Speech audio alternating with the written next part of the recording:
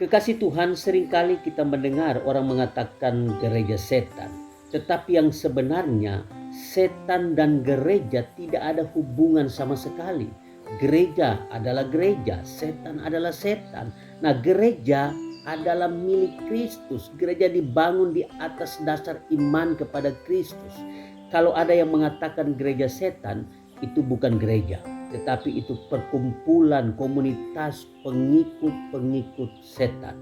Nah, itu yang sebenarnya. Nah, kekasih Tuhan, saya mengajak kita semua untuk melihat perkumpulan atau komunitas pengikut setan seperti yang ada di video ini. Mari kita melihat video ini. Kekasih Tuhan, ini adalah salah satu aktivitas pengikut-pengikut kerajaan setan yang ada.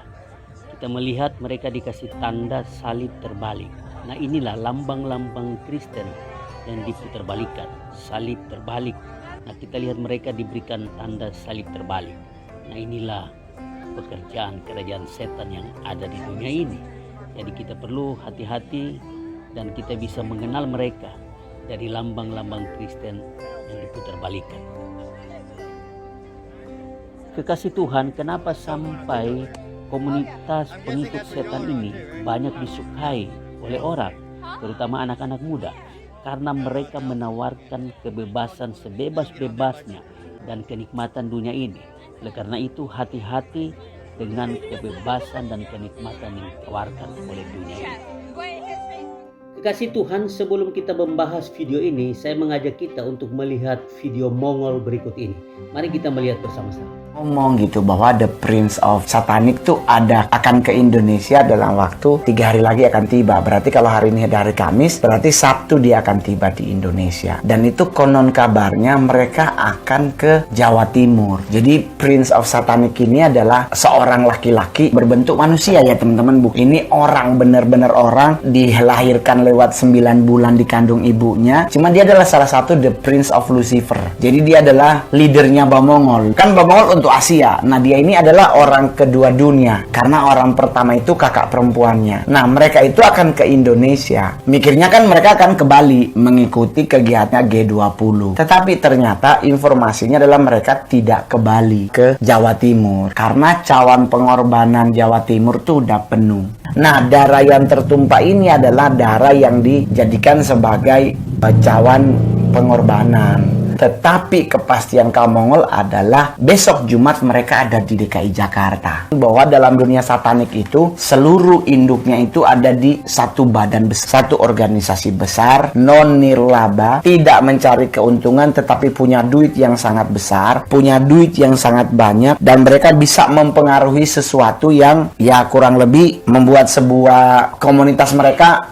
eksis berdiri sampai hari ini. Jadi otomatis mereka itu akan ada di Jakarta pada besok hari Jumat. Kalau mereka sataniknya ada di Surabaya, kenapa kita harus ke Bali? Jadi kalau di Indonesia itu kan ada 9 komunitas penyesatan. Ini di Indonesia ya, ada di 34 provinsi. Mereka membuka cabang di beberapa daerah besar, baik di Kelapa Gading, Jakarta Selatan, Jakarta Pusat, Tanah Abang, Pondok Indah, Pluit. Mereka ada di beberapa tempat di Jakarta. Tetapi kalau besok Sabtu mereka udah di Surabaya, kemungkinan besar mereka akan melakukan pertemuan pada hari Minggu atau hari Senin. Kita nggak akan pernah tahu lagi apakah mereka akan go public. Karena kalau terjadinya di Indonesia, berarti Asia akan terkuasai secara 80% penguasaan wilayah. Berarti yang namanya kiamat besar tidak akan lama lagi. 100% terkuasai, maka sistem ekonomi dunia menjadi satu. Itulah yang akan disebut barcode yang di gereja setan ditulisnya 666. Kacaunya Halloween adalah indikasi utama penguasaan dunia oleh kegelapan. Korea Selatan ya kan, Indonesia hampir jadi, tapi teman-teman kepolisian Mongol salut, teman-teman panitia acara Mongol salut, langsung membatal.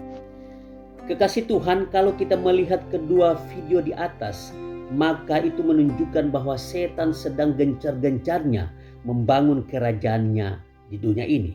Video di atas adalah salah satu bagian komunitas kecil dari kerajaan setan yang ada di dunia ini. Kalau kita melihat ciri-ciri kerajaan setan yang mudah kita tahu, yaitu mereka sering memutarbalikkan simbol-simbol Kristen. Salah satunya yaitu salib terbalik. Jadi kalau kita berjalan dimanapun, kita melihat lambang ada salib terbalik, maka dapat dipastikan itu adalah komunitas pengikut setan. Nah, kekasih Tuhan, kalau kita melihat kedua video di atas, bukan hal yang baru bagi kita orang-orang percaya, karena Alkitab sudah mengatakan itu.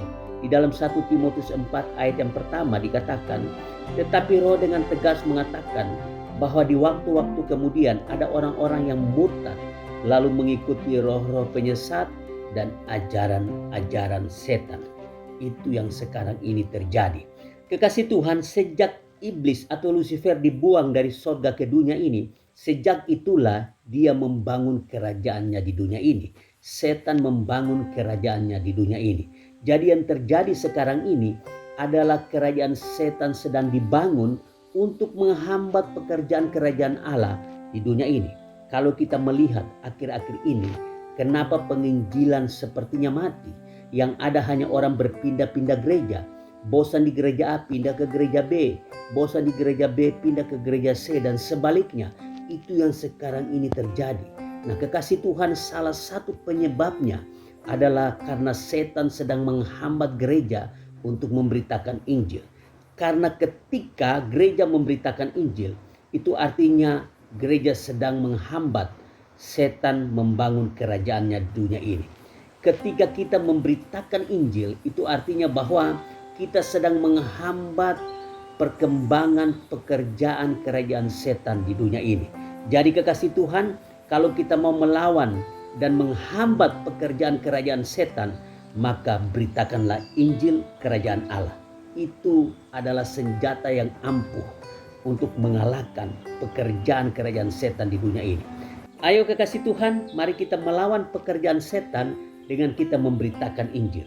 Karena semakin kita memberitakan Injil ke seluruh dunia, maka kerajaan setan semakin terjepit dan tidak berdaya. Kalau kita mau mengalahkan pekerjaan kerajaan setan di dunia ini, kita melawan dengan memberitakan Injil kerajaan Allah di dunia ini. Maka setan akan gemetar dan dia akan kalah. Tuhan Yesus memberkati.